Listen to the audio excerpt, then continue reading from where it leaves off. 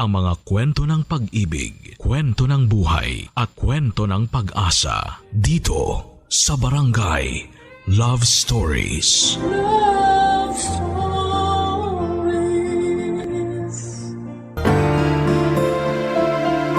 May mga bagay na dumarating sa buhay natin na gaya ng apoy, saglit lang na magliliyab, pero mag-iiwan naman po ito ng init na hindi makakalimutan. Mga ala-alang babaguhin ang tingin natin sa magulong mundo. Ikaw, kabarangay, ano ang isang bagay na nagpapainit sa iyong buhay ngayon? Dear Papa Dudut, magandang araw po sa inyo. Wala na po akong ibang mapagkwentuhan ng story ko kaya naisipan ko mag-send po ng sulat sa inyo. Para may share ang isang moment sa buhay ko na forever kong i-cherish. Ako po si Anika, 28 years old at 3 years ago ay nakatanggap ako ng isang balita na bumago sa buhay ko. Dati po akong empleyado ng isang broadcasting company. Napilitan akong tumigil sa trabaho kong yon matapos akong dapuan ng isang sakit. Meron po akong systematic lupus na na-diagnose noong 25 years old ako. Para po sa hindi pamilyar sa sakit ko, ang lupus ay isang autoimmune disease kung saan ay immune system ko mismo ang umaatake sa malulusog na cells at organs ko. Dahil dito ay prone ako sa pananakit ng dibdib, rashes at ilang internal problems. Simula nung nagkaroon ako ng sakit ay bumaligtad na ang mundo ko. Ang dating masaya at puno ng pangarap kong buhay, Papa Dudut, ay nabalot ng kadiliman. Na-depress ako at nawalan ako ng kumpiyansa sa sarili. Lagi na lamang akong nakakulong noon sa bahay dahil natatakot ako na baka ma-trigger ang sakit ko. Ang apartment namin kung saan kami lang dalawa ng mama kong si Mariel ang magkasama ang nagsilbi ko ng mundo. Naging sensitive ang katawan ko sa maraming bagay. Tuwing natitrigger ang sakit ko ay nagkakaroon ako ng rashes sa balat at mukha. Sumasakit din ang kasukasuan ko at lagi akong pagod at hirap huminga. Sa mga moments na yon, Papa Dudut, ay para akong nawawala sa katinuan. Sa madaling sabi, impyerno po para sa akin ang sakit ko, Papa Dudut. Isa itong sumpa na hindi gugustuhing maranasan ng sino man.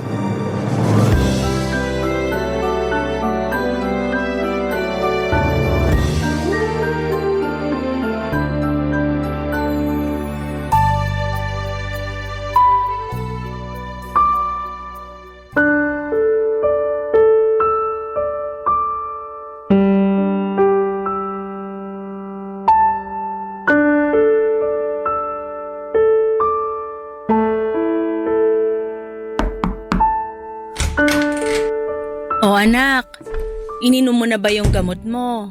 Opo, ma. Tapos na po. Patingin nga ng rashes mo. Medyo mo okay naman na siya. Lagyan mo pa rin ng cream para mas mabilis gumaling. Opo, lalagyan ko mamaya. Medyo masakit pa po ang katawan ko ngayon eh. Hirap pa po akong bumangon.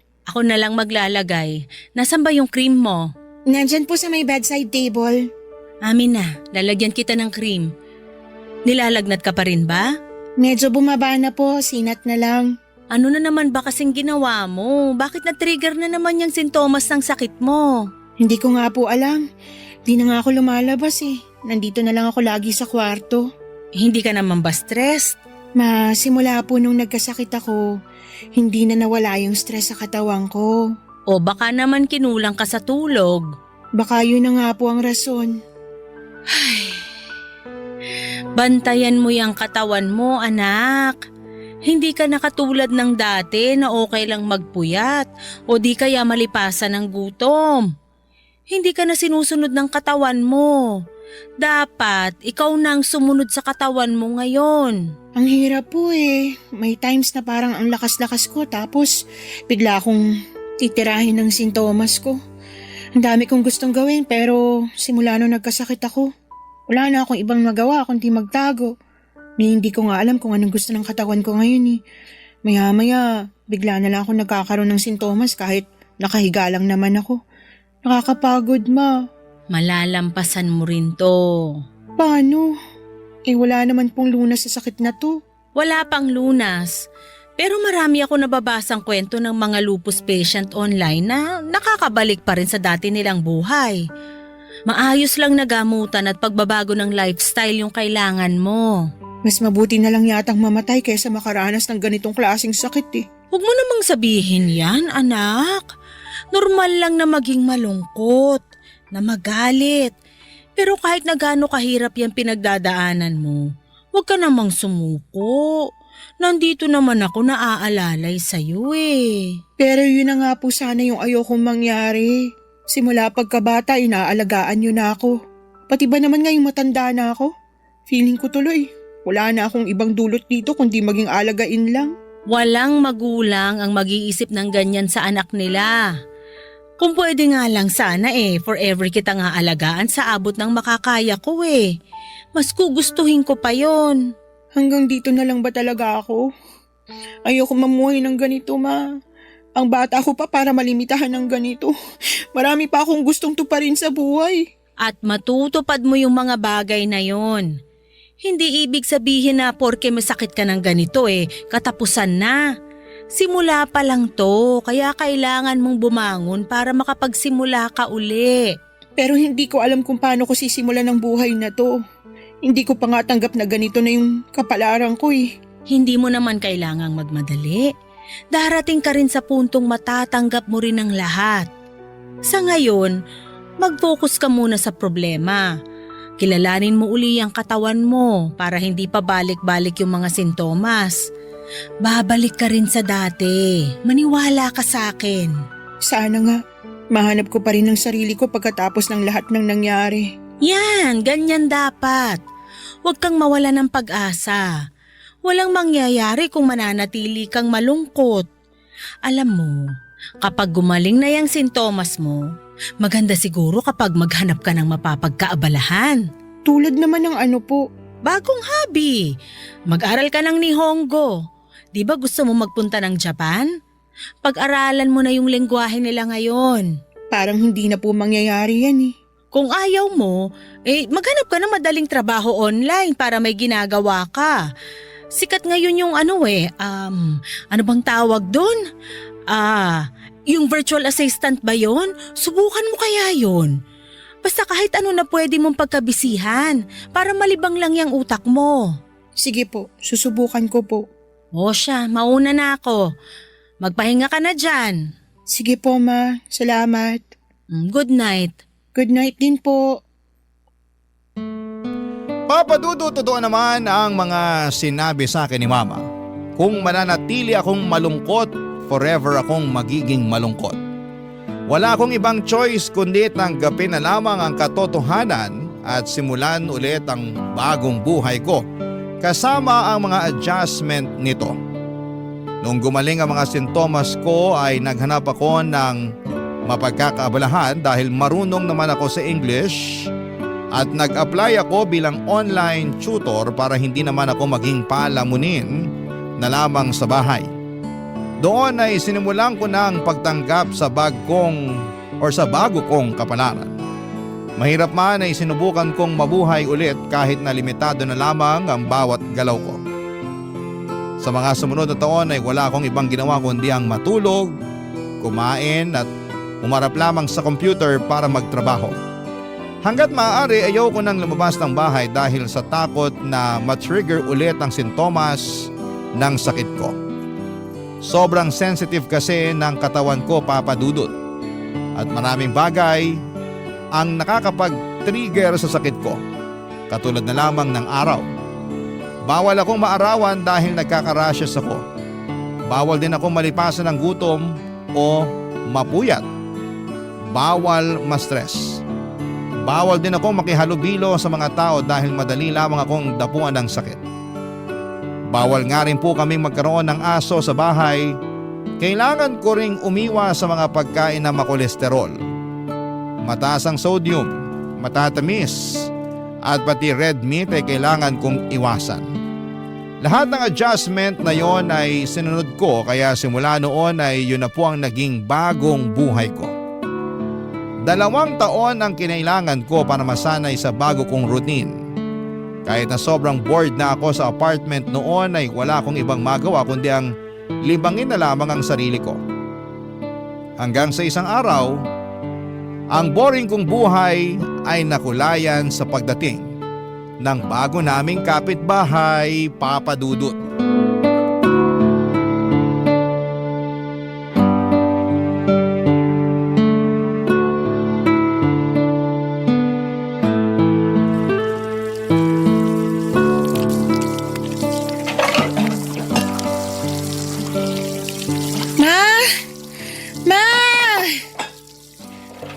Nasaan ka? O anak, bakit? Nandito ako sa kusina. Ano yon? Saan galing yung ingay na yun? Yung alin? Yung malakas na tugtog kanina. Kakatigil lang niya ngayon. Sa kapitbahay yon. Sila yung nagpapatugtog. Bakit? Ang aga-aga, ba't naman ang lakas agad ng music nila? Daig pa nilang pa-concert Sakit sa ulo. Nagising ka ba nila? Opo, abot ba naman sa kwarto yung tunog? Ano bang meron sa kabila? Bakit nagpapa-music sila ng ganito kaaga? Wala man lang silang konsiderasyon Di ba napag-usapan na natin yung tungkol sa noon na bawal mag-ingay from 10 to 6? Ibang kapitbahay yung nagpapatugtog. Sa kabila yon. Yung bago. Bago? Teka, may tenant na po dyan sa may bakanting apartment? Oo, meron na. Ngayong araw sila lilipat kaya medyo nagpapatugtog sila. Para daw ganahan silang magbuhat ng gamit. Magbubuhat na nga lang ng gamit, mga abala pa ng kapitbahay. First day pa lang, red flag na yun Mukhang magkakaroon tayo ngayon ng kapitbahay na sakit sa ulo Oh, relax ka lang. Ang init naman agad ng ulo mo Pagbigyan mo na sila, excited yung magkapatid Magkapatid yung bagong tenant? Oo, nakipagkwentuhan ako sa kanila kanina habang nagkakape ako. Lo, talagang sumismis pa po kayo? Nakakahiya, nangaabala pa kayo sa paglipat nila ng gamit. Na-curious lang naman ako. At saka mabait naman yung magkapatid. Base sa taste of music nila, hulaan ko. Mga lalaki sila, no? Oo! Ang galing Paano mo nahulaan yon? Metal rock ba naman yung pinapatugtog? Sakit sa tenga. Pero alam mo, nak, nakakalungkot yung kwento ng magkapatid. Wala na raw silang magulang. Pareho na raw silang ulila. Namatay yung nanay niya sa kanser, tapos atake sa puso naman yung kinamatay nung tatay. Ganun kalalim yung pinag-usapan nyo? Grabe ma, ilang oras kayo nagkwentuhan? Hindi, makwento lang talaga yung isa. Galing daw sila ng Paranaque tapos lumipat sila nung nalipat ng kumpanya yung kuya niya. Ano namang trabaho nila? Yung kuya sa call center nagtatrabaho. Tapos yung nakababatang kapatid naman, physical therapist. Siya yung malayo yung binabiyahe kasi sa Paranaque yung ospital na pinagtatrabahuhan niya. Bakit naman kasi ang layo ng nilipatan nilang lugar? Malapit naman yung trabaho ng kuya niya dito Kaya nga sila lumipat. Nag-giveaway na lang yung bunso since siya yung may sasakyan. Yung kuya niya kasi takot daw mag-drive kaya lagi nagko-commute. Kaya lumipat sila sa malapit sa workplace niya. Mukhang mas maabilidad yung bunso Siya yung nagpapatugtog no? Parang. Kasi siya yung nagtanong kung masyado bang malakas yung music nila Kako, okay lang. Kasalanan niyo naman po pala kaya malakas music nila Hayaan mo na, ngayon lang naman to. Baka sabihin nila pangit tayo kabanding kapag binawalan agad natin sila sa unang araw nila. Ay hindi, sila talaga yung pangit kabanding. Aga-aga, lakas magpatugtog. Huwag kang mag-alala.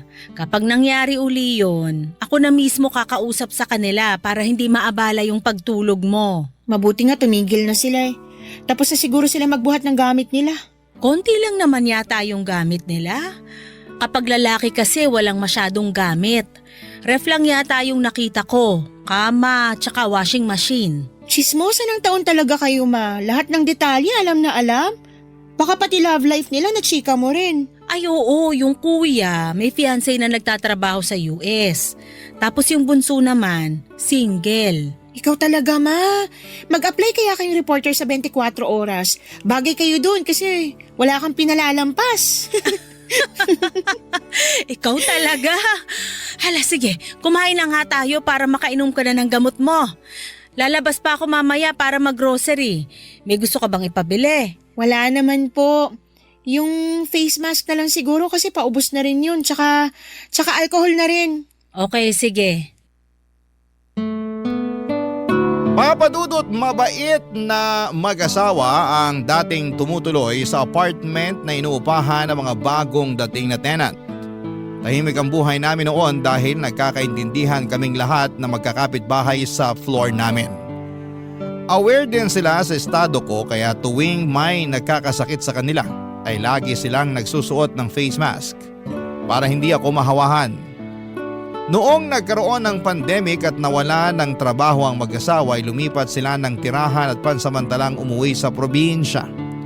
Simula noon ay bakante na ang apartment na yon hanggang sa nagkaroon na nga ito ng bagong tenant at yon ay ang magkakapatid na lalaki. Never kong nakita ang mukha ng magkakapatid na yon dahil hindi naman ako lumalabas. Tanging si mama lamang ang nagkukwento sa akin tungkol sa buhay nila para mapag-usapan kami. To be fair naman ay never naman silang naging pasaway at nagpatugtog ng malakas since then. Siguro ay nakausap na sila ni mama tungkol doon. Pero ganun pa man, pangit nang naging first impression ko sa kanila dahil sa ginawa nila noong unang araw silang lumipat. Ang pinakaayoko pa naman ay yung mga taong walang konsiderasyon sa mga tao sa paligid nila. Sensitive ako sa mga malalakas na tunog kahit pa noong wala pa akong sakit. Kaya medyo nag-iwan yon ng bad impression sa akin. Ganon pa man ay hindi ko naman sila masyadong ginudge. Dahil sa mga sumunod na linggo ay naging tahimik naman sila. May pagkakataon nga noon na nag-aabot pa sila ng pagkain sa amin dahil nagkaroon sila ng party sa apartment nila. Kaso si mama lang ang kumain noon dahil bawal sa akin yung pagkain na ibinigay nila, Papa Dudut. Hindi rin naman po nagtagal ang masamang tingin ko sa magkakapatid. Lalo na noong nasimulan ko nang makilalang bunsong kapatid na hindi ko akalain na magkakaroon ng malaking parte ng aking buhay. Barangay Love Stories. Barangay Love Stories. Dahil sensitive sa init ng araw ang balat ko ay saka na lamang ako nakakalabas para magpahangin tuwing gabi. At kapag sinabi kong sa labas, ang ibig sabihin po noon ay hanggang sa balcony lamang ako ng apartment namin. Nasa 6th floor kami, Papa Dudut, kaya magandang tumambay doon tuwing gabi dahil yun lang ang time na pwede akong lumabas para panoorin ang busy na buhay ng mga taong nasa labas. Doon po ako karaniwang nagmumuni-muni at binabalikan ang mga masasayang ala-ala ko noon na hindi ko na maranasan pa in the future. Pero ang nightly routine ko na pagtambay sa balcony ay nasira dahil sa bago naming kapitbahay. May isang time kasi na habang nasa balcony ako ay may lumabas din na lalaki sa katabing balcony para manigarilyo. Agad-agad akong pumasok sa loob para hindi ko malanghap ang usok noon. Bawal po kasi ako makalanghap ng anumang klase ng usok dahil natitrigger ang sintomas ng sakit ko. Sobrang inis ako noon dahil kada lumalabas ako ng gabi ay sakto ring lumalabas sa balcony nila yung lalaki. Sa dami naman kasi ng pwedeng maging kapitbahay ay yung smoker pa ang napunta sa amin. May isang gabi noon, Papa Dudut, bago ako lumabas para magpahangin ay sumili pa ako sa katabing balcony namin. Walang ilaw doon. Ibig sabihin ay walang tao. Na-excite ako dahil finally ay magkakaroon na rin ako ng time para sa sarili ko. Paborito ko kasing pinapanood yung buwan at mga bituin sa langit dahil nakakakalma sila. Para bang sila ang karamay ko sa pinagdadaanan ko. Nakaka-clear ng utak kapag nakatingala lamang ako sa langit at dinadamdam ang malamig na simoy ng hangin. Lumabas ako ng balcony at pumwesto sa favorite spot ko pero wala pa man ding 1 minute ay napatalon ako mula sa kinakaupuan ko ng biglang isang boses ang narinig ko mula sa kabilang balcony, Papa Dudut.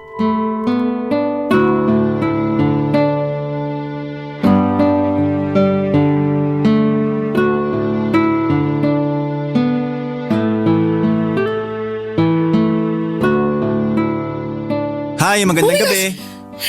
May tao ba dyan? Ay, sorry. Nagulat ba kita? Nasaan ka? Hindi kita makita. Wait lang. Bubuksan ko yung ilaw. Ayan, kita na ba? May tao pala. Nagulat naman ako. Anong ginagawa mo dyan sa dilim? Wala naman. Tumatambay lang. Okay, tambay well. Papasok na ako sa loob. Sandali lang. Papasok ka na? Kalalabas mo pa lang ah. May sinilip lang ako. Hindi nga. Kasi napapansin ko, parang lagi mo akong iniiwasan. Iniiwasan? Hindi kita iniiwasan. Oo kaya, tuwing lumalabas ako, lagi kang pumapasok. Inaabangan pa man din kita kasi gusto kita makausap. Bakit mo naman ako gusto makausap? Wala, gusto ko lang makilala yung anak ni Tita Mariel. Matagal na akong curious sa'yo eh. Bakit naman? Kailangan ba may rason? Hindi ba dapat magkakakilala tayong mga magkakapitbahay? Kilala mo naman na si Mama, okay na yun. Sige, papasok na ako. Magandang gabi sa'yo. Sandali. Ano palang pangalan mo? Anika, Ako naman si Sevi. So Anika, ba't naman lagi kang nagmamadaling umalis tuwing lumalabas ako? Mahihain ka ba? hindi ako mahiyain. Ayaw mo sa akin? Hindi naman ako nangangain ng tao eh. Mabait ako. Hindi naman kasi ikaw yung iniiwasan ko. Eh ano? Yung bisyo mo. Bawal sa akin makalanghap ng usok ng sigarilyo. Bakit? Sensitive ba ilong mo sa mga matatapang na amoy? Nakwento naman siguro sa'yo ni Mama yung sakit ko, diba? Nabanggit niya na may sakit ka, pero hindi niya sinabi kung ano yung sakit mo. Ano ba sakit mo? May lupus ako. Lupus? Hindi ba sakit sa balat yun? Hindi yun sakit sa balat. Autoimmune disease yun na mas malalim pa kaysa sa pagkasira lang ng balat. Pero parang ang kinis naman ng balat mo. Makinis lang yan tingnan kapag malayo, pero sa malapitan, makikita mo yung bakas ng mga rashes na pinagdaanan ko. So nagkaka-rashes ka kapag nakakaamoy ka ng usok ng sigarilyo? Isa yun sa mga trigger. Okay, sorry, hindi ko alam. Hindi na ako magyoyosi dito, promise. Okay lang naman. Hindi mo naman kailangan mag-adjust para sa akin. Ako na lang yung mag-a-adjust. Hindi. Ako dapat yung tumigil na sa pagsindi. Siguro sign na rin to para itigil ko na tong bisyo kong to. Ako pa talaga yung ginawa mong sign? Dahil sakitin ako, ganon? Hindi naman yun yung gusto kong palabasin. Hindi ko kailangan ng awa ng ibang tao, kaya kung… Wow, saglit lang. Hindi yun yung minimin ko. Okay, sige, wait lang ah. Ganito, mag-start over na lang ulit tayo. Hi, ako si Sevi. Pwede bang pasama na lang muna rito kahit saglit lang? Promise, hindi ako magsisindi para hindi masira yung gabi mo. Pero kung ayaw mo nang may kasama, ako na lang yung aalis. Okay, sige. Dito na lang muna ako. Ayan. Salamat ah. Malungkot yung mag-isa lang eh. Gusto ko yung may kausap ako. Eh yung kuya mo, bakit hindi siya yung kausapin mo? Nasa trabaho yon. Ikaw, wala ka bang trabaho? Meron, pero mamayang umaga pa yon. Di pa ako makatulog eh. Ikaw, baka may work ka. Meron, pero bukas pa yun ng hapon. Nagtututor ako ng English sa mga bata online. Wow! So spokening dollars ka pala? Hindi naman. Marunong lang talaga ako sa English. Foreigner ba yung mga tinuturuan mo? Oo, usually mga bata from Korea. Wow! Maiba tayo. Ilang taon ka nang may lupus? Na-diagnose ako ng 25 years old ako. Ilang taon ka na ba ngayon? 27. So 2 years ago lang? Oo, ganun na nga. Bago pa lang tong sakit ko. Ikaw naman, ilang taong ka na? 30 na ako. Talaga? Oo, hindi ba halata? Laging sinasabi sa akin yan eh. Mukha raw akong bata compared sa age ko. Totoo naman, young looking ka. Ay, kinilig naman ako dun. Ikaw rin naman, maganda ka. Alam mo, gusto ko pa sana magstay dito kaso medyo paggabi na rin eh. Mauna na ako sa'yo ah. Aalis ka na? Kailangan ko pang uminom ng gamot. Ganun ba? O sige, good night.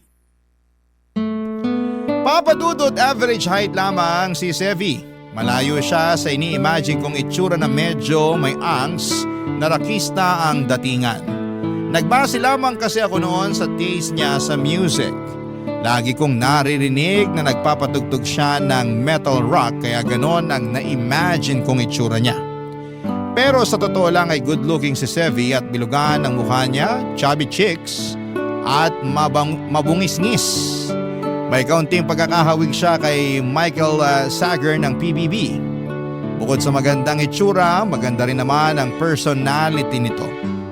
Bibo siya at madali lang siyang kausap dahil charismatic siya. kapag nakikipagkwentuhan. Simula noong nalaman niya ang sakit ko ay mas naging maingat na si Sevi.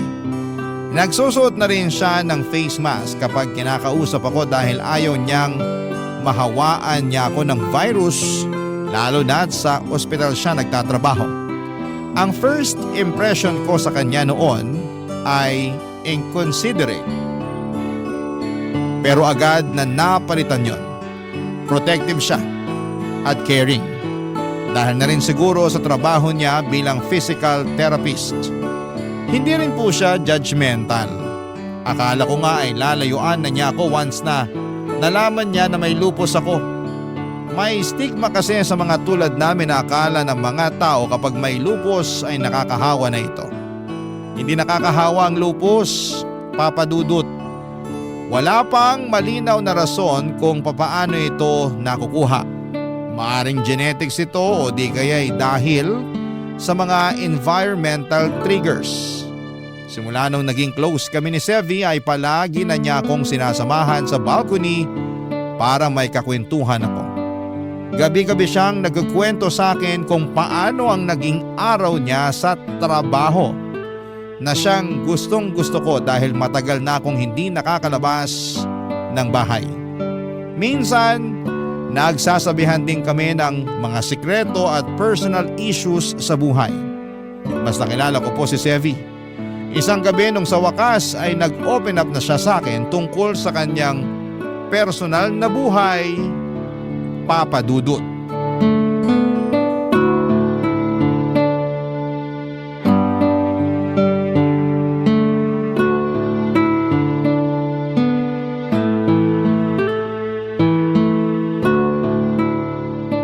Ang calming ng ganitong oras, no? Parang ang tahimik ng mundo, walang noise pollution. Tahimik pero malungkot. Malungkot? Bakit naman? Yung mga ganitong oras kasi, ito yung time na mapapaisip ka talaga tungkol sa buhay eh. Daming realizations, maraming regrets, maraming what ifs.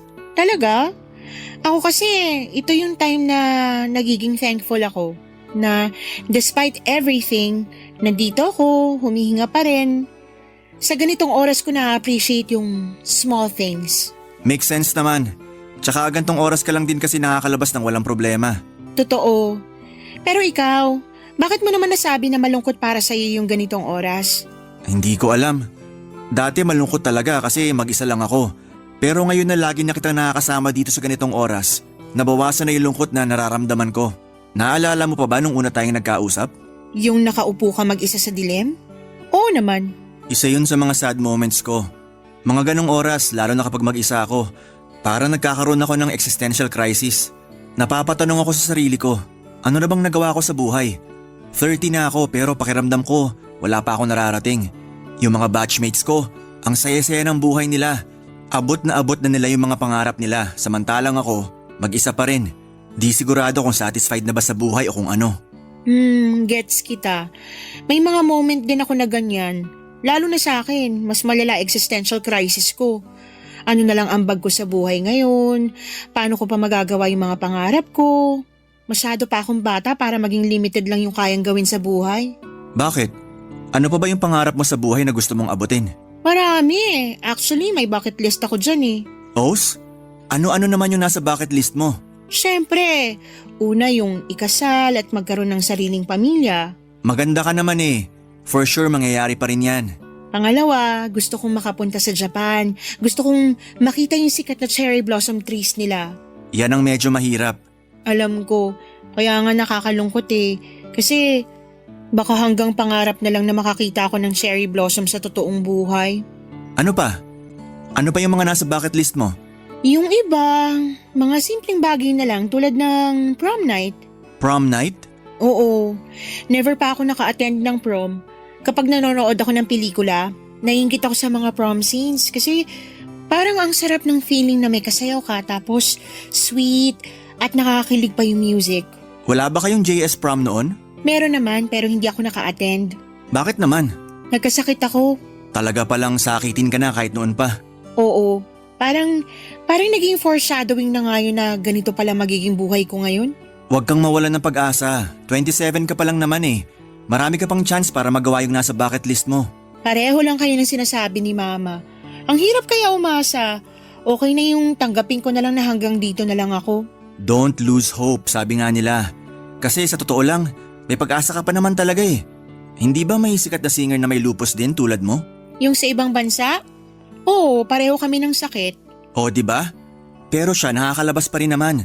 May social life pa rin siya. Naisasabuhay pa rin niya yung gusto niyang buhay. Nagko-concert pa nga ata siya eh. Siyempre mayaman yun. Marami siyang pera na pambayad sa mga treatment niya. Nagte-therapy siya kaya ganun. Tapos ikukumpara mo ko sa kanya na online shooter lang. Okay, may point naman. Pero yun pa rin ang masasabi ko. Huwag kang mawalan ng pag-asa. Balang araw magagawa mo rin yung mga bagay na gusto mo. Magtiwala ka sa akin.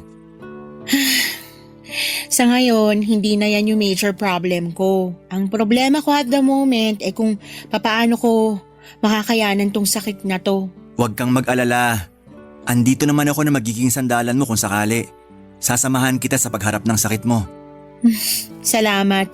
Actually, malaking tulong na tong ginagawa mo eh. At least may bagong tao akong nakakausap maliban sa mama ko. Iba pa rin kasi talaga yung feeling na kausap mo ng harap-harapan yung tao kaysa magka-video call lang kayo eh. Basta kung kailangan mo na makakausap, isang tawag mo lang sa akin, to the rescue na ako. Salamat. Wala yun. Ikaw pa ba?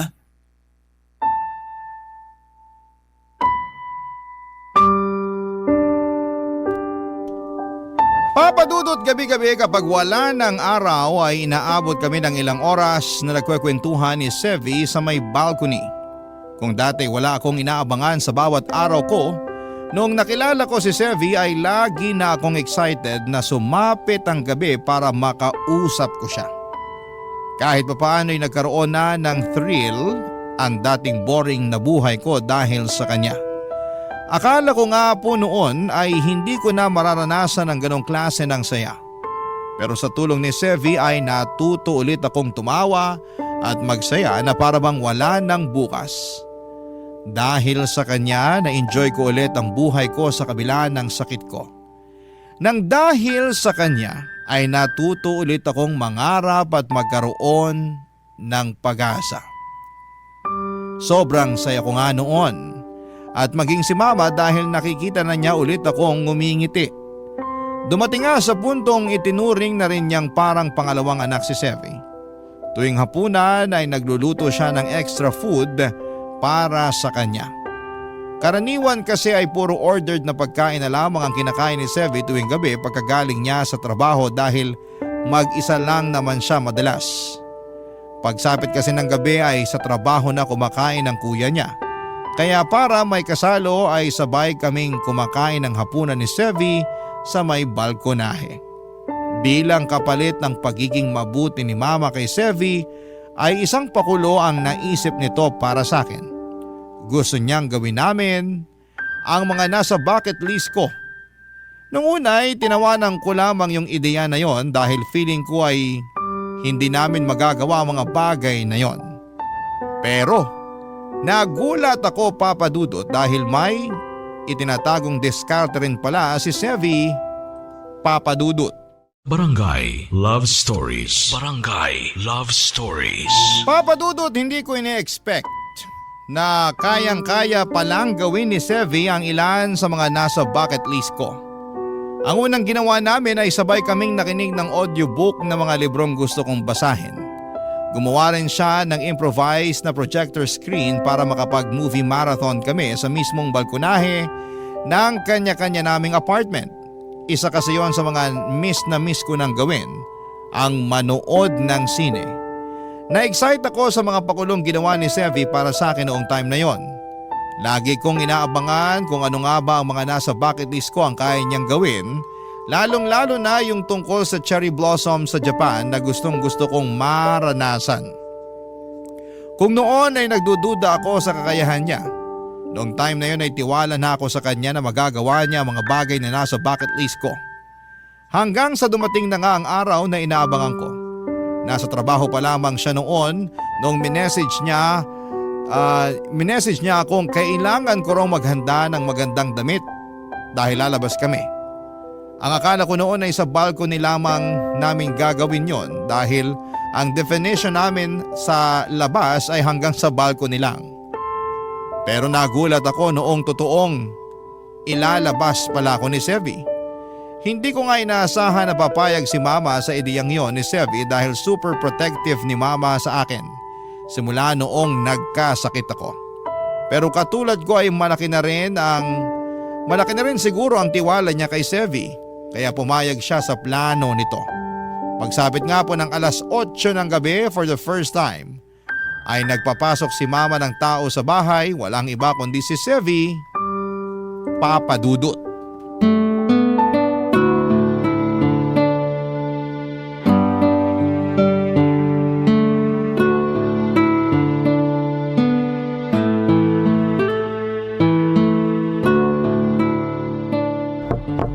Anika? Oh, ayan na si Sevi! Anika! Andito na si Sevi. Ready ka na ba dyan? Wait lang po, nagbibihis pa lang po ako. Pakisabi 3 minutes. Okay, sige. Papasukin ko na siya, ha?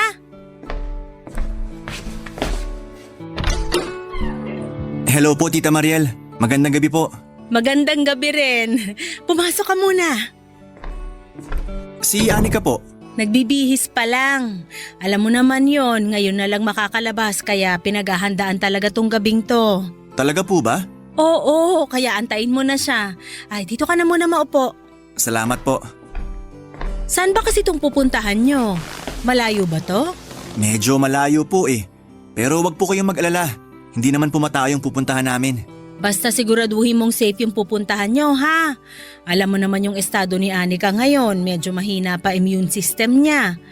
Mabilis pa siyang mahawaan ng sakit kaya kailangan yung safety talaga niya ang mauna. Oo naman po tita.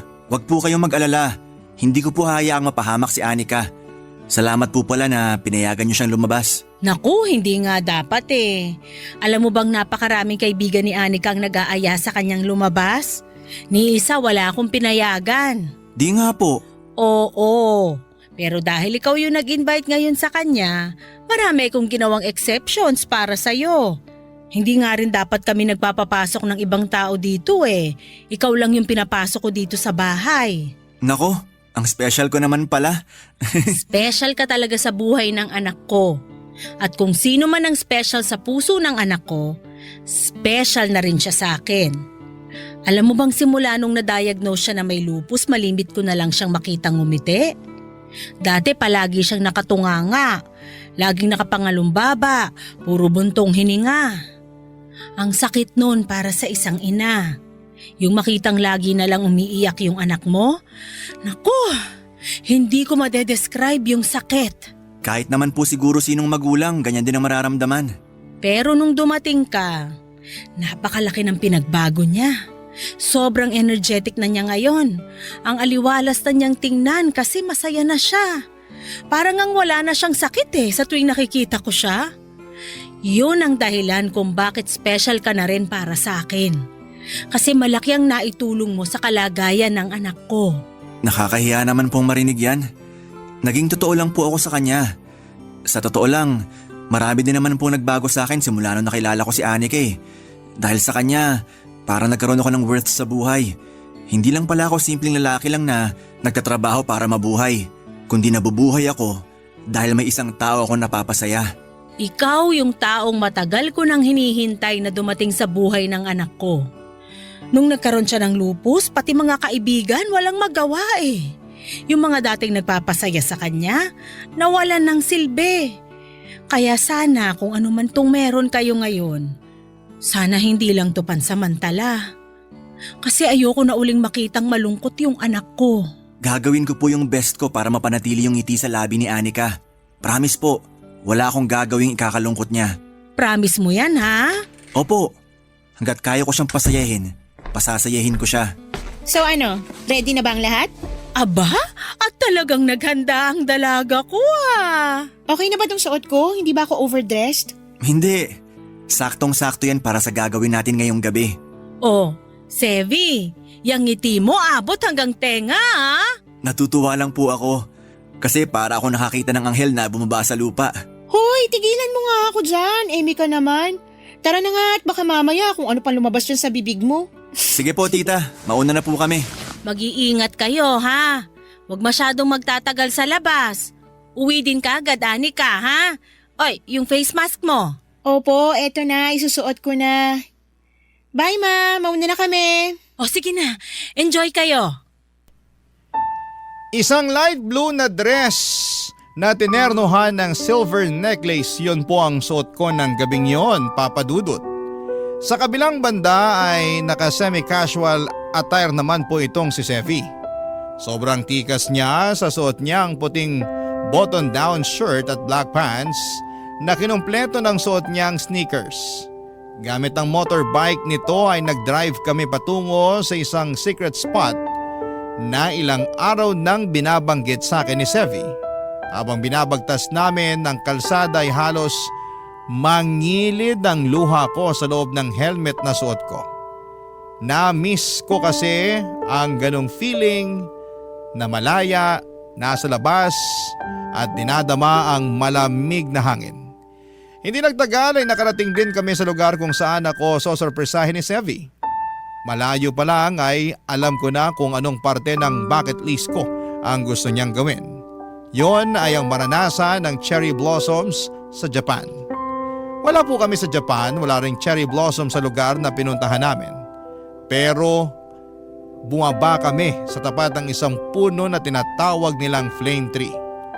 O sa ibang tawag ay caballero tree.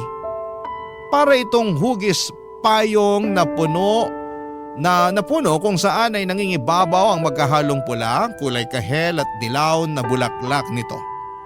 Para itong cherry blossom, kaya yung flame tree na ang naging sarili naming version ng cherry blossom ni Sevi. Sa ilalim ng punong yon ay naglabas si Sevi ng speaker at nagpatugtog siya ng isang love song. Hiningi niya ang kamay ko at nagsayaw kaming dalawa para kaming nasa prom noon at walang pake sa mga dumadaang mga sasakyan sa paligid namin. Papadudod para ako nasa isang magandang panaginip ng gabing yon, isang panaginip kung saan ay ayaw ko nang magising. Pero katulad ng mga panaginip ay kailangan din nating magising kahit gaano pa ito kasaya. Papadudod.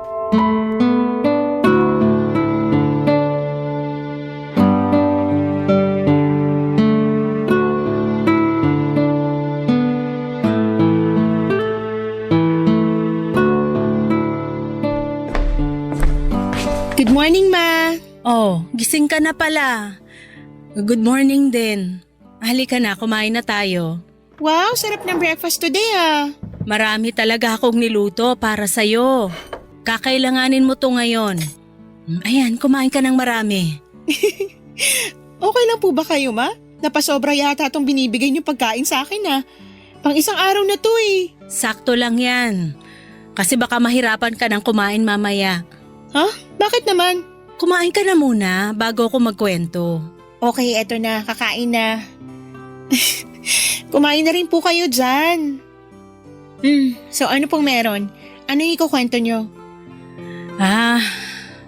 May natanggap akong tawag kaninang umaga. Galing naman kanino? Galing sa kuya ni Sevi. Oh, ano pong sabi? Nag-explain ba siya kung bakit halos isang linggo na silang hindi umuwi ni Sevi sa apartment nila? Oo. May rason pala kung bakit hindi nakakauwi yung kuya niya sa apartment nila nitong nagdaang mga araw. Ano po yung rason? Huwag niyo pong sabihin na lilipat na naman sila ng apartment kasi nabanggit sa akin ni Sevi last time na wala talaga silang permanent address kasi nga palipat-lipat nga raw ng company yung kuya niya.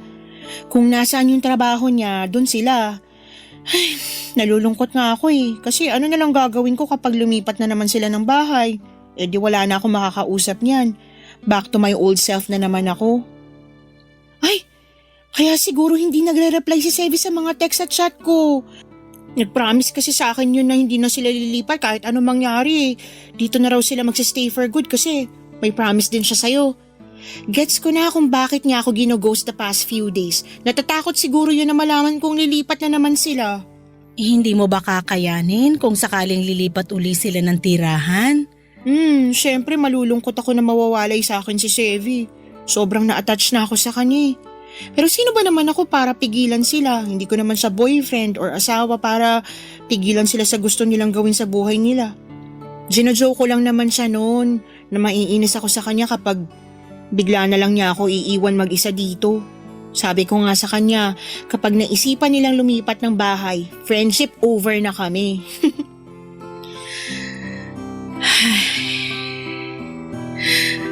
Anak, hindi sila lilipat ng bahay.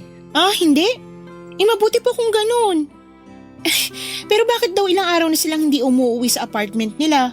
Hindi rin ako nire-replyan ni Sevi. Alam kong busy siya sa ospital kasi understaff sila at saka nitong nakaraan palagi siyang OT. Pero grabe naman yung wala siyang paramdam until now.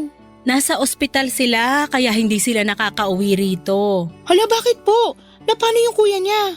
Hindi yung kuya niya yung na-ospital, kundi si Sevi mismo. Ano? Bakit daw po siya na ospital?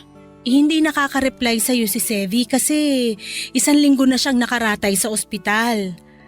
Naaksidente raw siya sa motor habang pauwi galing trabaho. Kumusta na daw po siya? Okay na ba siya? Malala ba yung lagay niya? Sandali, tatawagan ko yung kuya niya. Anika, wala na si Sevi. Ano pong ibig niyong sabihin? Wala na. Tumawag sa akin yung kuya niya kanina para ibalitang patay na si Sevi. Hindi hindi totoo yan. Busy lang siya sa trabaho niya kaya hindi siya makapag-reply sa akin. Bumangga raw siya sa isang barrier habang nagdadrive. Nagkaroon siya ng bleeding sa utak kaya nakoma ng ilang araw. Ang sabi ng mga pulis baka nakatulog daw siya sa biyahe. Bakit? Bakit? I'm sorry, nak.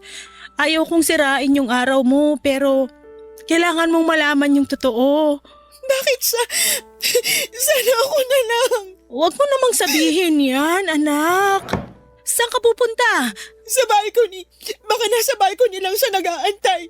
Anak, mataas na yung araw. Hindi ka pwedeng maarawan. Ma, please. Gusto ko siya makita. Hindi totoo to. Hindi siya pwedeng mamatay. Si Sevi yun eh. Bakit? Paano siya mamamatay? Anika.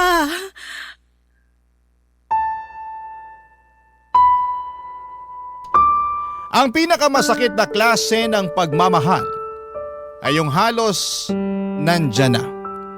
Ngunit nawala bago pa man ito magsimula. Pero nawala man sila sa buhay natin, iniwan naman nila tayong mas matatag at yon ang tunay na klase ng pagmamahal. Mga kabarangay, ang pag-ibig na hindi natuloy ay hindi kabiguan. Sa bawat hakbang natin papunta sa ating pangarap, papadudot, ay bitbit pa rin natin ang masayang alaala.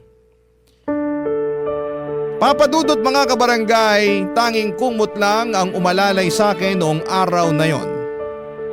Nakataklob sa akin ng isang kumot na para bang maililigtas ako nito mula sa sakit na nararamdaman ko. Walang oras na hindi tumigil ang pagpatak ng mga luha ko. At may mga pagkakataon na nakakatulugan ko ng pag-iyak pero tuwing bumabalik ako sa kamulatan ay agad na binabalot ng lungkot ang aking puso. Papadudod sa pagkawala po ni Sevi, isang bagay ang napagtanto ko. Masyadong espesyal ang buhay ko para lang magtago ako sa isang sulok at habang buhay nakatatakutan ang sakit ko. Sa unang araw po ng burol ni Sevi, ang ginawa ko ay lumabas ako ng bahay nang walang pakialam kahit matrigger pa ang sintomas ng sakit ko. Kahit magkaroon pa ako ng rashes o manghina ang katawan ko, wala pa rin tatalo sa sakit na nararamdaman ng puso ko sa pagkawala ni Sevi. Kahit masama ang pakiramdam, kahit maraming tao, nanatili ako sa tabi ni Sevi at sa huling araw niya sa mundo. Kahit sa ganung paraan ko na lang siya mapapasalamatan sa mga nagawa niya sa buhay ko. Sa kanyang libing ay ipinangako ko sa kanya na susubukan kong muling tumayo sa sarili kong mga paa para abutin ang pangarap ko at tapusin ang bucket list na sinimulan namin. Papadudot ang kwento namin ni Sevi ay maikukumpara ko sa 3 kulay ng bulaklak ng flame tree. Hindi kami agad naging magkaibigan, nagsimula kami sa pag-iwasan, parang pula na puno ng inis at pagkakaiba. Pero dumating ang panahon na natutunan naming intindihin ang isa't isa. Ang pula ay naging kahel nung naging matatag ang samahan namin hanggang sa dumating ang kulay na dilaw na siyang araw-araw kong maaalala. Hindi bilang taong nawala kundi bilang ilaw sa mga panahong gusto kong sumuko noong nagdidilim na ang mundo ko. Bago ko po tapusin ang sulat ko ay gusto ko lamang pong mag-iwan ng isang mensahe para kay Sevi, Papa Dudut. Gusto ko pong iparating sa kanya na mahal ko siya kahit na hindi ko na siya muling makikita pa. Maraming salamat po sa pakikinig ng aking kwento. Papa Dudut, mabuhay po kayo. Ang inyong forever kapuso at kabarangay, Anika. Anong say mo sa Barangay Love Stories na ito? Pagkwentuhan natin sa comment section yan. Ang mga kwento ng pag-ibig, kwento ng buhay at kwento ng pag-asa dito sa Barangay Love Stories. Love Stories.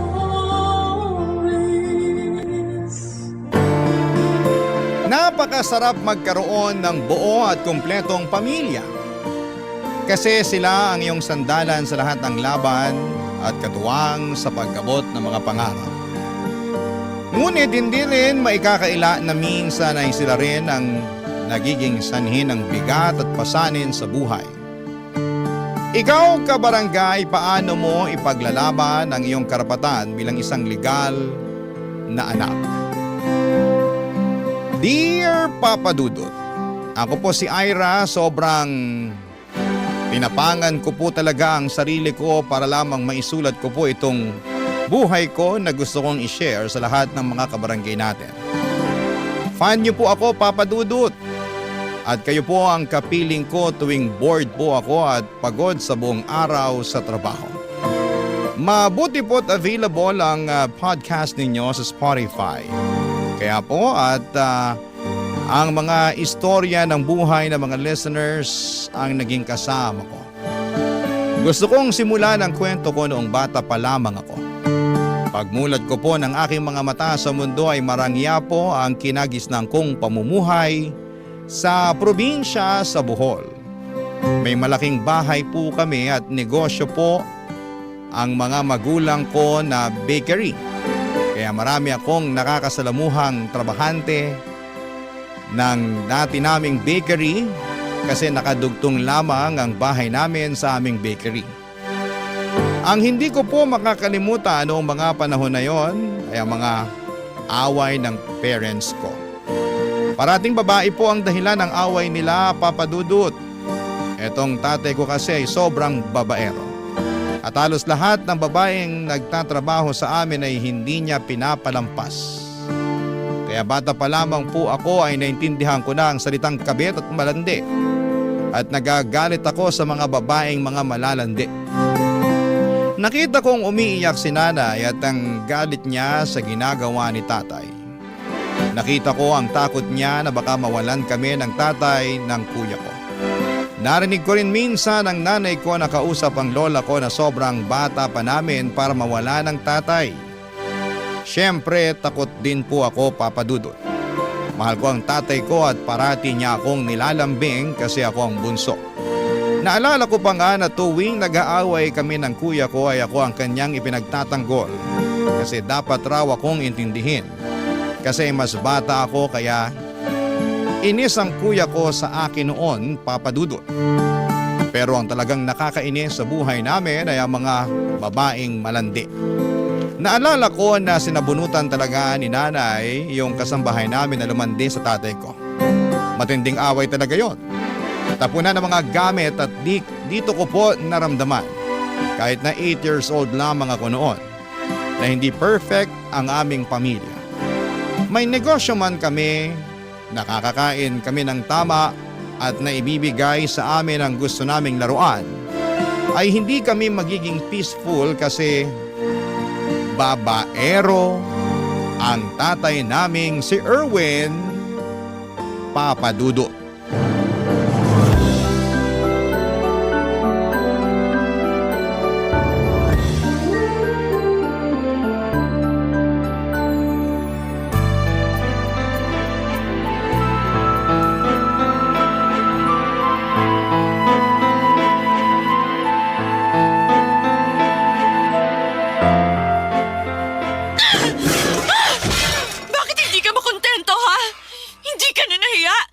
sarili nating bahay, ginawa mo kahayop pa na yon!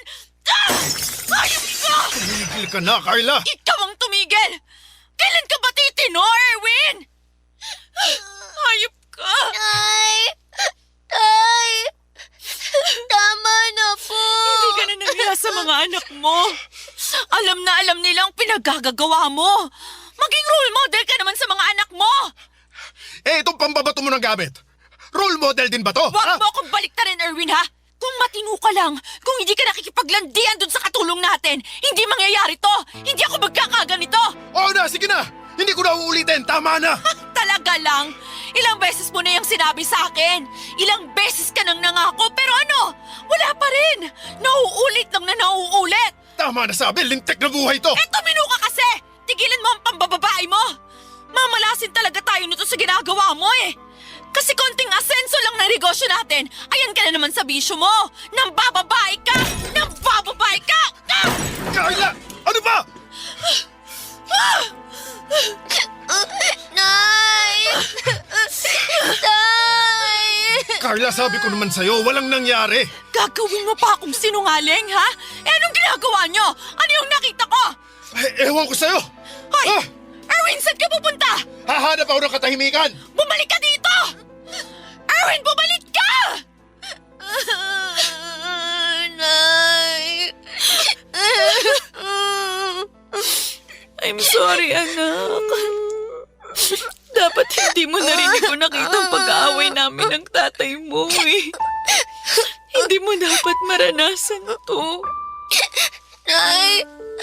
Totoo ba talagang naging babae ni tatay yung si Ate Jen? Oo. Siguro pinangakuan ng tatay mo. Binigyan ng pera. Alam naman niya na may pamilya ang tao. Dito siya nagtatrabaho sa atin pero pinatulan niya pa rin ang tatay mo. Parang parati na lang ganito si tatay. Parang naglalaro pa rin ang tatay niyo. Hindi pa rin nagmamature. Paano na tayo, Nay? Baka hindi na uuwi si tatay. Iniwan na niya ba tayo? Hindi ko alam, anak. Nay, ayokong mawala si tatay. Tahan na, anak. Ganito, babantayan ko ang tatay mo. Ikaw rin, bantayan mo ang tatay mo. Ayoko naman na maghiwalay kami. Ayoko mawalan kayo ng tatay. Ako rin, Nay. Ayoko. Pero, bakit ganon si tatay? Hindi ba niya kayo mahal? Kasi naghahanap siya ng iba? Ganon ba yun? Pinakasalan ako ng tatay niyo, kaya mahal niya ako. Sadyang hindi pa lang siya ganun karesponsable at nangyayari mga ganito. Natutukso pa rin siya. Dapat magbago na si tatay para hindi na kayo mag-away. Hindi nang gusto ko mangyari, anak. Na magbago na siya. Na makita niyang hindi lang ako nasasaktan. Pati kayo. Kayo ng kuya mo. Mabuti nandun si kuya kay na lola. Hindi niya nakita tong pag-aaway niyo ni tatay. Kung alam ko lang, sana doon ka na lang din muna sa lola mo para hindi mo makita ang ganito. Basta, promise ko sa'yo, babantayan ko ang tatay mo para hindi siya makagawa ng mali. Ako rin, Nay. Babantayan ko si tatay. Ang anak ko. Mahal na mahal ko kayo. Ayaw kong nasasaktan kayo. Ayaw ko masira ang pamilya natin ang dahilan sa mga babae niyan. Hindi ako papayag. Hindi, anak. Ang sama-sama nila, Nay. Inaaway nila kayo. Gusto nilang kunin si tatay. Pero hindi ako papayag, anak. Magiging buo ang pamilya natin. Hindi papayag si nanay na iwan tayo ng tatay niyo nang dahil lang sa babae. Papa Dudut, hindi umuwi ang tatay ko noong araw na yon at ang malala ay kinuha niya ang kuya ko at sinama niya sa kanya. Kaya hindi magkanda o gaga si nanay na puntahan si tatay at para magkaayos silang dalawa. Nangako si tatay na magiging matino na at hindi na siya mambababae. Nag-expand ang negosyo namin, meron na rin kaming poultry farm at dahil gusto ni na tatay at nanay na matuto kami ng mga gawain at hindi aasa na lamang sa kanila ay tinuruan nila kaming magtrabaho. Pero yung hindi naman mabibigat at yung mga nai-enjoy pa rin namin ang aming ginagawa. Hanggang sa mag-11 years old ako. At sobrang malaki na ang negosyo ng aming pamilya. Kung anong meron sa mga kaklase ko at meron din ako. Kaya hindi ako naiinggit sa kanila. Ang alam ko ay silang naiinggit sa akin. Pero hindi ko naman pinagmamalaki yon, naging humble naman akong tao dahil sa pangaral ni nanay. Naging normal na rin sa bahay na magkaroon kami ng kasambahay at dumating sa amin si Rowena. Bata pa ito, Papa Dudut. Mabait siya sa akin at naalala ko one day na lumuwa si nanay kasama ang kuya ko para mag-enroll si kuya sa college ay nagkaroon kami ng moment ni Rowena, Papa Dudut.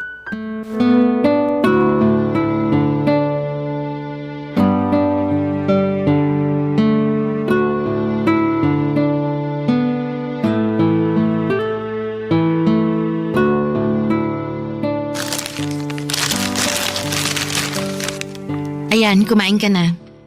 Salamat po, Ate Rowena. Alam kong gustong-gusto mong kumain yan. Pansin ko kasi na pinagbabawalan ka ng nanay mong kumain yan eh. Kasi po, junk food po eh. Eh, masarap naman. Tsaka, wala siya dito. Ano, masarap, di ba? Opo. Like mo na ako? Yes naman po. Kahit bago ka pa lang po, mabait po kayo eh. Tsaka, pretty at sexy. Yes po. Tsaka, salamat po dito ah. Alam mo, ang yaman-yaman ninyo pero simpleng ganito sobrang saya mo na, no? Eh kasi po, mas healthy food po yung gusto ni Mama na kakainin namin. Kaya minsan lang ako nakakatikim nito. Pero hindi naman ako nagre-reklamo eh. Kasi para naman sa kalusugan ko. Ay sus, ang sabihin mo, takot ka lang sa nanay mo. Hindi naman po. Eh di ba, maldita siya? Hindi naman po. Kasi kapag wala naman kaming ginagawang masama, hindi naman niya kami minamalditahan. Tama lang naman po. Talaga ba? Opo, ate. Ay, ang ganda naman ng hikaw mo. Bigay ba yan ng tatay mo? Ang bongga, iba talaga kapag mayaman. Si nanay po ang nagbigay nito. Talaga? Materialistic pa lang nanay mo. Po? Wala. Ira, may itatanong ako ha? Ano po yun, ate? Paano kung maghihiwalay yung nanay at tatay mo? Kanino ka sasama? Ano po? Hindi po sila maghihiwalay, ate. Baka lang naman. Di natin alam. Naku, ayoko. Eh, paano nga kung maghihiwalay talaga sila? Tapos kailangan mong mamili sa kanila. Kay nanay ako sasama. Talaga ba? Ayaw mo sa tatay mo? Ayaw kong iwan kami ni tatay. Hindi maghihiwalay sina nanay at tatay, ate. Binabawi ko yung sinabi ko. Wala akong mapili sa kanila kasi hindi sila maghihiwalay. Si nanay, dumating na siya. Ay, sandali. Akin na muna yung junk food, baka pagalitan pa ako. Tsaka wag mong sabihin sa nanay mo na tinanong kita tungkol dun sa hiwalayan, ha? Sige po, ate. Ay, nakakapagod ang biyahe. Nanay! Namiss mo ba ang nanay? Siyempre naman po. Pati si kuya. Ay, nako. Nagpaiwan na ang kuya mo sa Cebu para masanay siya doon. Kapag magka-college ka na, doon ka rin sa school ng kuya mo. Sandali. Bakit? Parang ang dumi naman ng bahay. Rowena? Ma'am? Rowena, hindi mo ba nilinis to? May iba po kasing inutos si sir eh. Pero lilinisan ko po, ma'am, bago po ang huling araw ko dito sa inyo bukas. Aalis na kayo, Ate Rowena? Oo, Ira. Bakit po? Gusto po ng magulang ko na magtrabaho ko sa Maynila eh. Totoo ba yun? Opo, ma'am. Sige po, lilinisan ko na po ang bahay. Excuse me po. Sa mura kong kaisipan, Papa Dudut, ay binaliwala ko yung tanong ni Rowena sa akin tungkol sa kung saan ako sasama kung maghiwalay ang mga magulang ko. Pero may laman pala talaga ang katanungan na yon. Matapos siyang umalis sa amin ay naging ibang takbo ng buhay namin. Iniwan na pala kami ni tatay at sumama siya kay Rowena. Sobrang nagulat ako sa mga pangyayari, Papa Dudut. Hindi sila nag-away ni na tatay at nanay at kusa na lamang hindi bumalik si tatay nang magpaalam siya kay nanay na may pupuntahan lang conference para sa lalong ikakaunlad ng negosyo namin. Pero hindi na siya bumalik. Nabalita na lang namin sa mga bulong-bulungan na kasama ni tatay si Rowena. Iniwan na kami ni tatay. Sobrang stress para sa amin ang lahat. Pati si kuya ay sobrang naapektuhan dahil hindi naging maganda ang pag-aaral niya. Apektado kaming lahat sa mga pangyayari. Walang araw at gabi na hindi umiiyak ang nanay ko, Papa Dudut. Nakita ko ang kanyang hinagpis, ang lungkot at galit. Nakonsensya rin ako kasi nag-promise ako sa kanya. Nababantayan ko si tatay pero hindi ko nagawa. Sana pala ay sinabi ko kay nanay yung tanong sa akin ni Rowena. Siguro'y natumbok ni nanay na si Rowena ang bagong babae ni tatay sa loob ng aming tahanan. Walang kamalay-malay si nanay na may sumasalisin na pala kay tatay, Papa Dudut. May isang ahas pala sa paligid at bait-baitan ang pinapakita sa amin pero ang totoo, isa siyang masamang nilalang. Barangay Love Stories. Barangay Love Stories. Papa Dudut, hindi ko talaga makalimutan ang araw na iniwan kami ni tatay at sumama siya kay Rowena. Halos walang nagawa si nanay sa kanyang buhay kundi ang umiyak. At dumating ang araw na ang mga pag-iyak niya ay naging takot. Wala rin akong nagawa para pagaanin ang nararamdaman ni nanay dahil pati ako'y nasasaktan din sa ginawa sa amin ni tatay. Kaming lahat, Papa Dudut. Kung nakikita kong umiiyak si nanay, ako naman ay umiiyak na mag-isa. Walang nakakaalam. Unti-unti kong nararamdaman ang panliliit sa aking sarili, lalo na't kaharap ko ang aking mga kaibigan na dati ay wala naman akong insecurity. Dahil maganda ang naging buhay namin pero naiinggit ako, Papa Dudut, na meron silang tatay. Tapos ay wala ako, Papa Dudut. Hindi ko alam kung babalik pa ba si tatay tulad noon. Pero sa pag-iwan na ito ay walang nagaganap na away. Ang nanay ko pa nga ang nag-ayos ng mga gamit ni tatay para dalhin niya sa conference. Pero yun na pala ang araw na iiwan niya kami. Naisip ko kung hindi ba kami mahal ni tatay dahil basta-basta na lamang siyang nagdesisyon ay pagpalit kami sa isang babae na kasama namin dati sa bahay. Hindi talaga ako makapaniwala na broken family na kami. At hindi ako makapaniwala na pati ako ay matatakot sa security ng buhay namin. Lalo na noong dumating ako ng school at umuwi ng bahay.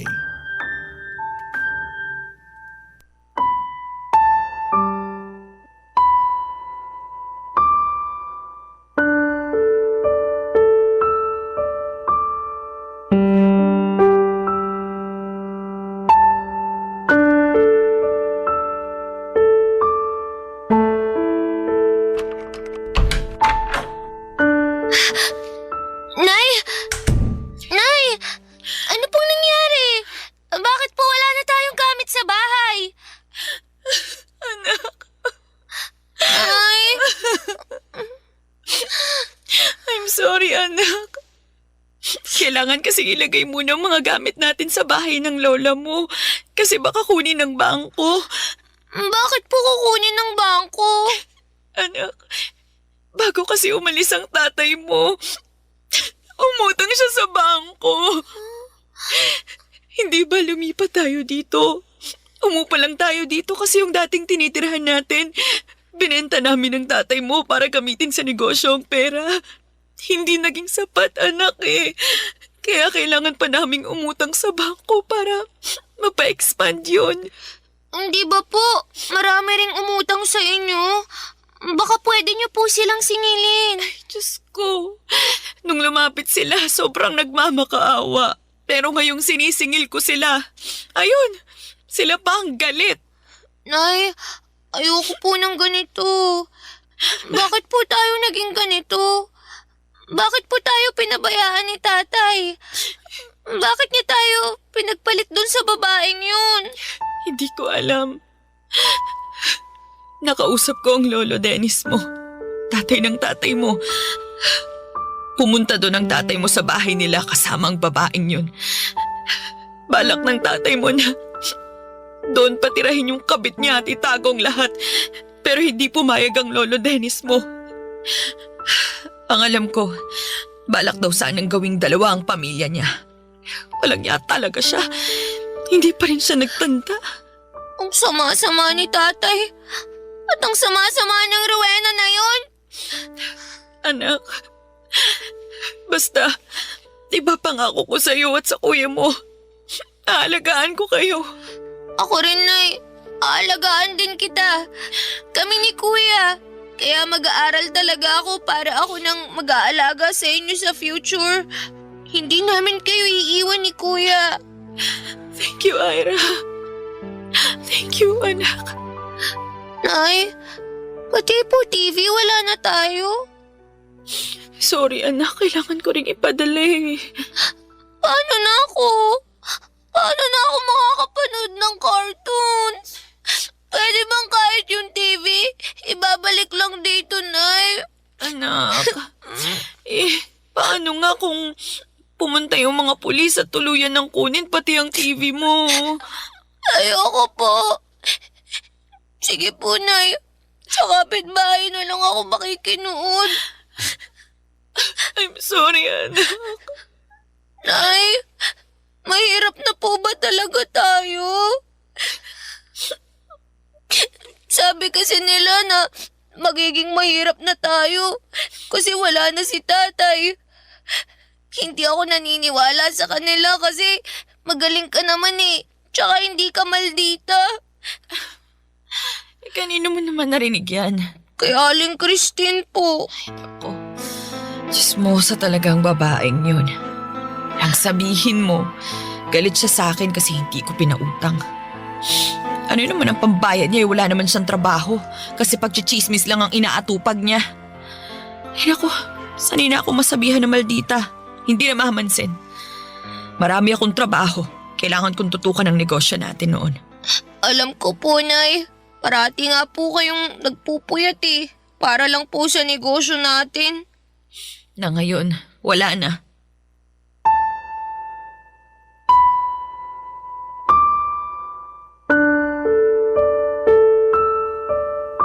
Sobrang affected talaga kami sa pagkawala ni Tatay Papa Dudut. Hindi na manage ni Nanay ng mabuti ang negosyo kasi palagi siyang umiiyak sa pagkawala ni Tatay. At marami ring utang si Tatay na binayaran ni Nanay. May mga tao ring lumapit kay Nanay para mangutang at sinamantala ang sitwasyon. Ang kuya ko naman ay hindi naging maayos ang pag-aaral at palipat-lipat ng kurso hanggang sa sinabi niya sa nanay namin na hindi na siya makapag-focus dahil galit siya sa ginawa ng tatay namin. Ang naging escape ni kuya ay ang kanyang mga kabarkada. Ako naman ay dumaan din sa depression pero kinimkim ko lamang. Ibang naging diversion ko sa lahat ng ito. Ginalingan ko ang pag-aaral, naging honor student ako at sa paraan na ito ay hindi ko man lang maramdaman na wala na akong tatay pero tuwing nakakakita ako ng classmate na sinusundo ng kanilang tatay kasama ang kanilang tatay ay sobra kong naawa sa aking kalagayan. Hindi maiaalis sa dibdib ko ang galit kay Rowena. Inagaw niya ang buhay na para sa amin. Pinagkaitan niya ako ng tatay sa aking paglaki. Nakagraduate ako ng high school, Papa Dudut, pero hindi na ako kayang paaralin ni nanay dahil wala na kaming negosyo. Wala na kaming pera. Kaya huminto na lamang ako for 2 years at nagbenta ng mga kakanin. Nag-ipon ako ng pera pero hindi pa rin sapat. Hanggang isang araw ay nag-message sa akin si tatay. May 3310 ako noon kasi yung kaisa-isang lupa na nabili pala ni nanay noon ay binenta niya noong 3rd year college ako para pangtustos sa college ni kuya, pero hindi pa rin naging maayos ang pag-aaral ni kuya.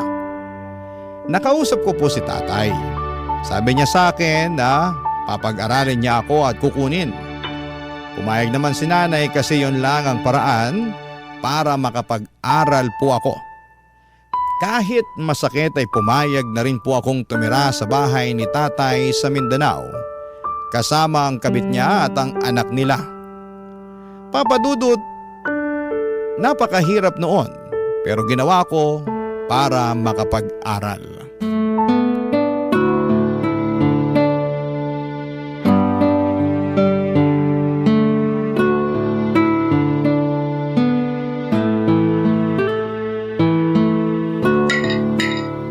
Nako, dalaga ka na pala talaga. Sana nagustuhan mo yung binili kong blouse sa'yo para may bago ka namang damit. Thank you.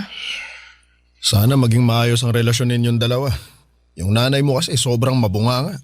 Saka sana maging mabait na ate ka sa kapatid mo. Mamayang hapon nandito na yon, nasa school lang. Kumain ka pa, Ira, para magkalaman ka naman. Oo, kailangan mo yan anak. Dapat maging malusog ka saka pambawi sa energy mo. Mahabang biyahe rin ang ginawa mo para makarating ka dito. Opo, Tay.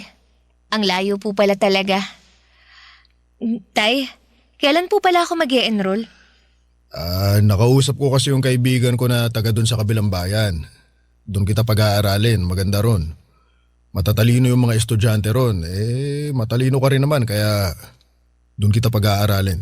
Sige po, Tay. Excited na po akong makapag-kolehiyo. Kumuha ka ng veterinary para makatulong ka sa negosyo natin. Sige po. Kahit ano po, basta makatapos lang po ako sa pag-aaral. Alam mo, di ba ang lawak-lawak nitong Mindanao, maraming nag-aalaga ng hayop. Yayaman tayo nito. Okay po, Tay. Pero kailan po bang enrollment? Kasi po baka hindi na ako makaabot eh. Ay, yun nga pala sasabihin ko sa'yo, anak. Hindi ka kasi muna makakapag-aral ngayon. Po? Pero pag-aaralin pa rin kita. Huwag kang mag-alala, sa susunod na taon mag-aaral ka na. Sa ngayon, tumulong ka muna sa negosyo. Nandyan lang naman yung school, hindi naman yan naaalis eh. Saka bata ka pa. Mas mabuti kang may alam ka na sa piggery bago ka mag-aaral ng veterinary. Hindi po ba pwedeng ngayon? Sarado na raw kasi ang enrollment kaya next year ka na lang. May entrance exam din kasi, hindi ka na nakaabot. Sige po, Tay. O sige na. Opo, Tay.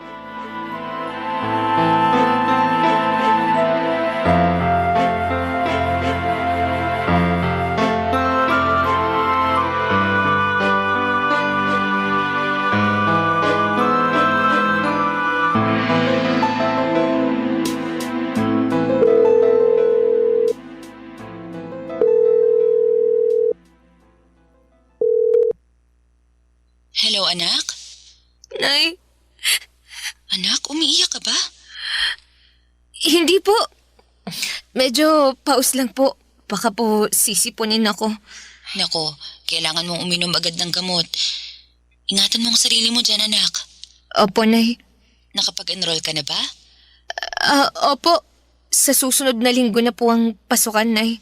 Mabuti naman, anak. Mag-aral ka ng mabuti ha para makabalik ka na rito. Alam mo, miss na kita. Sorry anak ha, wala akong magawa. Pasensya na, hindi ko kayang pag-aralin ka. Kaya tuloy nandyan ka. Oh, ano na nga palang itsura ng bruhang babaeng yan dyan? Ayun, mukha siyang balyena, Nay. Taba, ang lakas kumain. Kaya pala noon, binibigyan niya ako ng junk food. Gusto niya sigurong magaya ako sa kanya. Ay, naku. Basta Nay, wag po kayong mag-alala sa akin. Kaya ko ang sarili ko. At kapag tapos na ako sa kurso ko, uuwi agad ako. Magsasama na tayo ulit. Yes, anak. Mag-iingat ka dyan, ha? Opo, Nay. Nay, tatawag po ako sa inyo bukas. Oo, sige, anak. Bye po. Bye, anak. I love you. I love you more, Nay.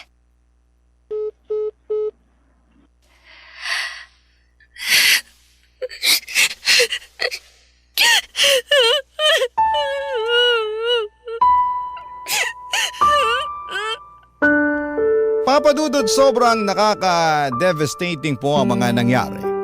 Parang naloko po ako ni Itay. Ang sadya ko ay ang mag-aral pero ginawa po kong parang kasambahay. Parang nag-switch kami ng role ng bruhang si Rowena. Siya na ang among hukluban.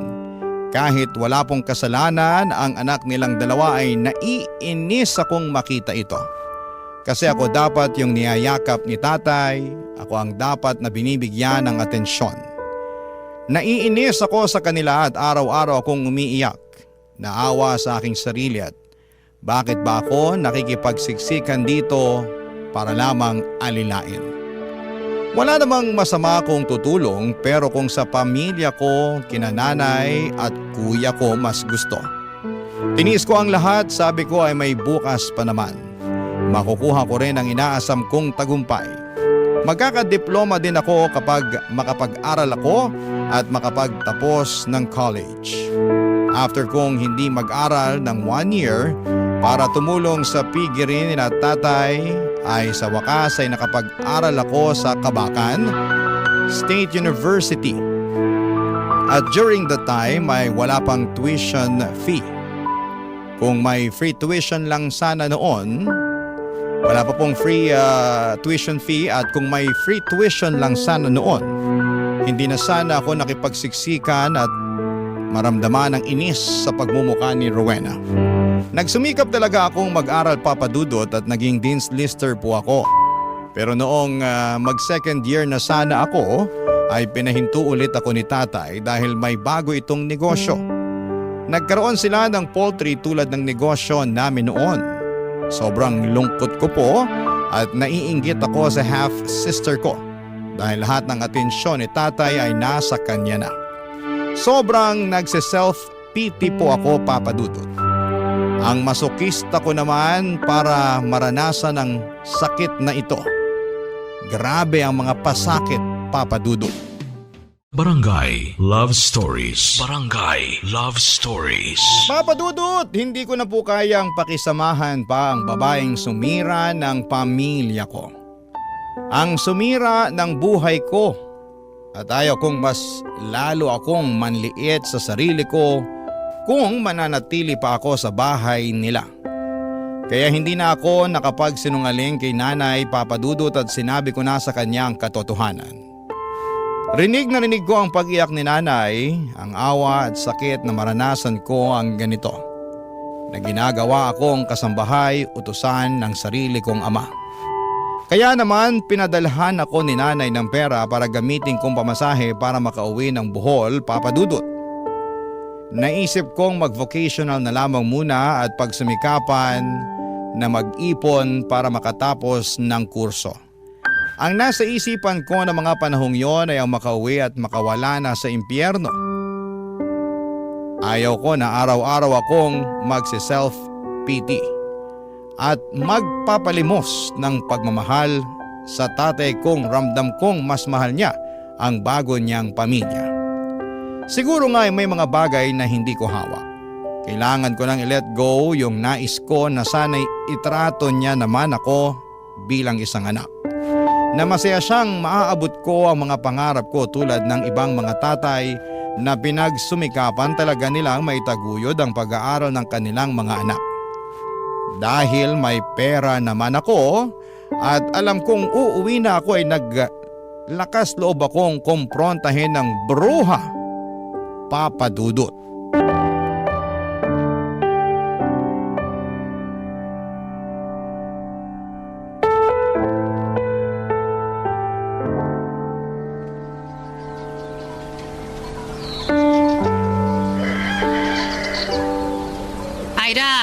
Kailangan mo nang linisin yung sa manukan para pagdating ni Erwin, maayos na yon.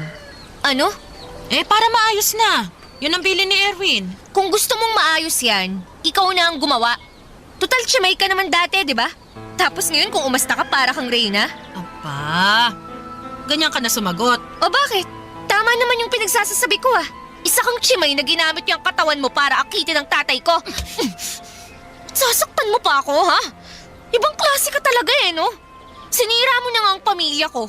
May gana ka pang manakit? Wala akong sinira. Bulag ka ba? O nagbubulag-bulagan? Sinira mo ang pamilya ko? Wala akong sinira kasi hindi naman kasalang nanay mo kay Erwin. Ano? Oo, yun ang sabi ni Erwin sa akin. Hindi kasalang nanay mo sa kanya. Hindi totoo yan! Yan ang totoo Kaya ako sumama sa tatay mo kasi single naman siya. Alam mo, demonyo ka talagang ahas ka! Kung kasal man o hindi ang mga magulang ko, nakita mo naman na pamilya kami. May anak sila. Pero pinili mo pa rin sirain ang pamilya namin dahil ambisyosa ka. Kaya mong gawin ang kademonyohan na to dahil sa pera. Mahal ko si Erwin. Yun ang dahilan. Ohos ko! Yapa! Tingnan mo ko! Sinira mong lahat! Ano ginagawa niyo? Ira! Bitawan niyo si Rowena! Ano ba? Tama na yan! Yung anak mo, sinasaktan ako! Dapat lang naman sa kanya yan! Kasi siyang sumira ng pamilya ko! Demonyo ang babaeng yan! Demonyo ang pinili mo, tay! Tama na. Hindi demonyo si Rowena. Kung uulitin mo pa yan, mananagot ka sa akin. Ano? Kakampihan mo siya? Demonyo naman talaga ang babaeng yan! Sinabi ko na tumigil ka.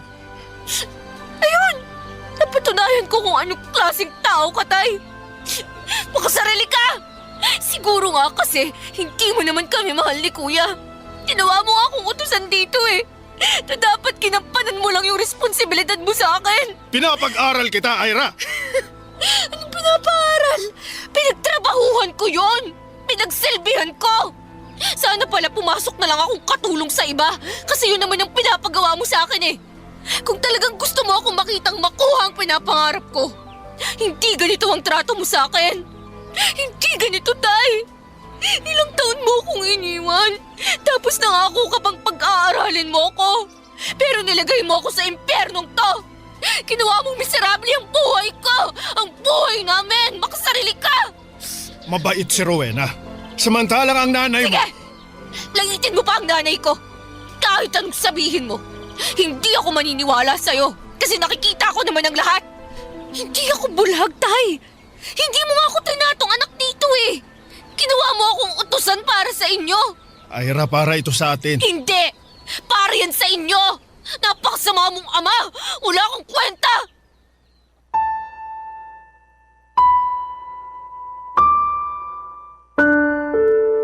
Noong araw ding yon, Papa Dudut, ay lumayas ako sa poder ng aking tatay. Dapat ay noon ko pa ginawa yon pero tiniis ko. Naging positibo lamang ako na darating ang araw na malalampasan ko rin. Pero kapag nasa impyerno ka na talaga at kasama mo ang mga demonyo, ay kailangan mo talagang umalis. Dahil wala kang mahihita sa kanila, kundi ang kasamaan nila at walang ka-remorse. Bumalik ako sa Bohol at sa unang pagkikita namin ni nanay ay niyakap ko siya ng sobrang higpit at napakatagal. Namiss ko ang nanay ko at nangako ako sa kanya na magsusumikap ako. Kaya pumunta ako ng Cebu para magtrabaho. Naging sales lady ako at call center agent. Naging working student po ako. Pinag-aral ko ang sarili ko ng education. At sa awa ng Diyos ay nakapagtapos ako, Papa Dudut.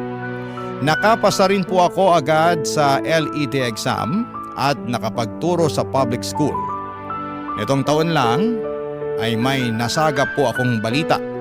Naaksidente ang tatay kasama sina Rowena at ang half-sister ko.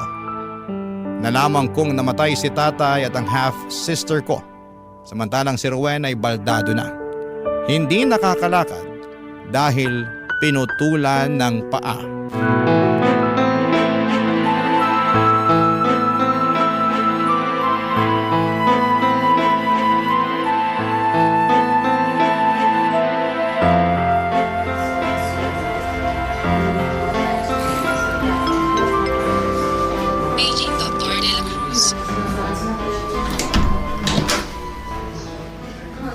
Ira?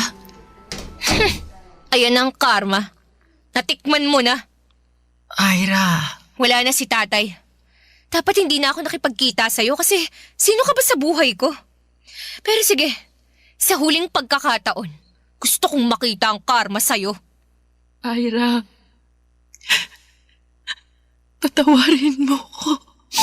Kung hindi ka pa naputulan ng paa at namatayan ng anak, hindi ka hihingi ng tawad? Alam mo, kumonsulta na ako sa abogado ko. Lahat ng ari-arian ng tatay ko, mapupunta sa akin. Kasi ako ang legal daughter. Kailangan ko pa bang tagalugin yun para maintindihan mo? Ira, maawa ka naman. Wag naman. Namatayan na nga ako eh. Tapos pati yun kukunin mo pa. Ay, hindi ko nakasalanan yun. Sabi mo noon hindi kasal sina tatay at nanay kaya wala kang kasalanan nung sumama ka kay tatay at masira ang pamilya namin, di ba? O ngayon naman, sasabihin ko sa'yo na wala akong kasalanan kung wala kang makukuha ni isang kusing. Kasi wala naman sa batas na ang isang kabit makukuha niya ang pera ng kinakasama niya. Sa batas, ang legal na anak ang may karapatan. Kaya wala akong kasalanan kung magutom ka paglabas mo dito sa ospital. Walang hiya ka. Ano? Ulitin mo sinabi mo. Ako, walang ya? Naku, Rowena. Mahiya ka naman. Wala ka nang paa. Ganyan ka pa kung makapagsalita. Pinaghirapan ko rin yon. Batas na ang may sabi, hindi ako. Eh, hindi naman kasi kayo kasal ng tatay ko, di ba? Ako, tigil-tigilan mo nga ako sa kakaiyak mo, ah. Hindi bagay sa isang ahas ang umiyak. Ang lahat ng to, karma ang tawag.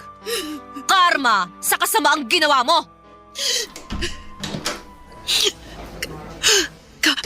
Carla! O ano? Nagulat ka? Carla! Carla, patawarin niyo ako. Patawad! Ang dali mo namang sabihin yan. Sincere ka ba? O dahil lang hindi ka na makakatakas? Kasi naman… Namatayan ako ng anak! Namatay si Erwin! Sana naman mapatawan niyo Ay ako. nako, hindi na effective yung paawa mo. Hindi kita mapapatawad sa ginawa mo sa pamilya ko. Yan! Para yan sa ginawa mo sa akin. Para sa panganay ko. At yan! Para sa bunso ko! Kaya hindi ka namatay para maramdaman mo ang sakit. Kaya ka pinaparusahan ngayon. Nay, tama na. Nakita naman natin ang karma eh. Nakaganti na tayo. Lumabas na tayo, Nay. Tama. At ito na ang huling pagkakataon na makikita kong isang ahas na hindi na kayang gumapang pa at mangakit ng lalaki para sa kabaliwan niya. Magdusa ka. Bye! Enjoy your karma.